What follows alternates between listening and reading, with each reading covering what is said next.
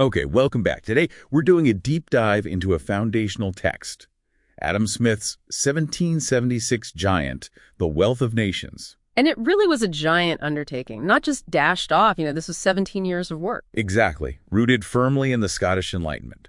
Our goal here is to get past the simple caricatures, right? The pure laissez-faire image. To see the real nuanced system Smith was describing. So to start, we almost have to talk about this supposed Adam Smith problem. Yes, the idea that he contradicted himself.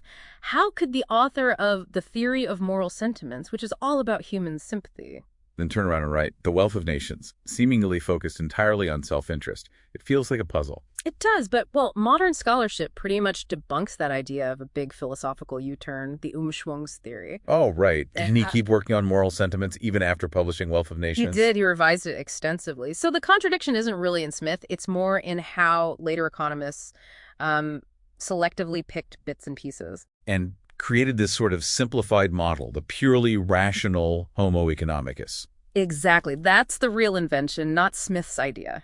Okay, so Smith's key insight then, with the famous butcher, brewer, baker quote. It wasn't that self-interest is the only human motivation. No, not at all. But he saw it as a really consistent, a reliable engine for economic activity, especially in a big, complex society where you don't know everyone personally. It's the mechanism that makes the whole thing tick, economically speaking. Precisely. And to grasp that system, you first need to understand how revolutionary his definition of wealth actually was. Right, because before him you had these, pretty narrow views dominating. Mercantilism. Which basically said wealth is just gold and silver piled up in the king's treasury. A zero-sum game, really. If one nation gets richer, another must get poorer. And then there were the physiocrats. Yeah, they thought wealth came only from land, from agriculture. Very French perspective, that one. Smith just completely changed the game. He said, no, the real source of a nation's wealth is labor, the productive capacity of its people. It's about the actual goods and services that people consume. And crucially, he aimed for what he called universal opulence. Not just for the rich, but prosperity extending down to the lowest ranks of the people. Which, for 1776, was incredibly radical, thinking about the well-being of the common worker like that. So how is this wealth generated? This leads us to the division of labor, doesn't it? The pin factory. The pin factory, his classic example. Specialization makes workers incredibly skillful at one tiny task, saves time switching between jobs, and even encourages inventing machines. Leading to this just astonishing explosion in productivity, a self-reinforcing cycle of growth. But, and this is crucial, Smith, the moral philosopher, saw the downside. He worried intensely about the human cost. What cost was that? The monotony. Doing the same tiny task over and over could lead to, in his words, intellectual degradation. It could make a person as stupid and ignorant as it is possible for a human to become. Wow, that's a strong warning. And his solution wasn't just hoping things get better. No, absolutely not. This is where you see he's not purely laissez-faire. His solution was direct state action, providing public education. To counteract those stultifying effects of specialized industrial work, give people broader horizons. Exactly. It shows a much more complex view of the state's role. Okay, so specialization boosts production, but how does it all get coordinated?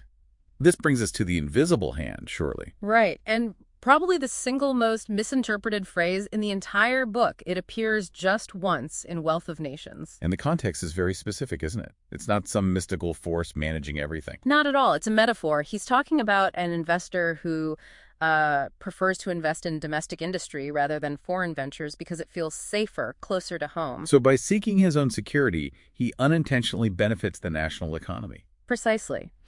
It describes a tendency within the system, driven by individual choices under certain conditions. It's not an autonomous entity guaranteeing good outcomes. Smith himself pointed out that cases where self-interest and the public good don't align are, quote, not rare. Which leads directly to his ideas about the necessary functions of government, his system of natural liberty. He wasn't anti-government then. Definitely not. He was very clear. The sovereign, the state, has three vital duties. First, national defense. Obvious enough. Second, an impartial system of justice, protecting property rights rigorously, ensuring contracts are enforced. Absolutely essential for a market economy to function.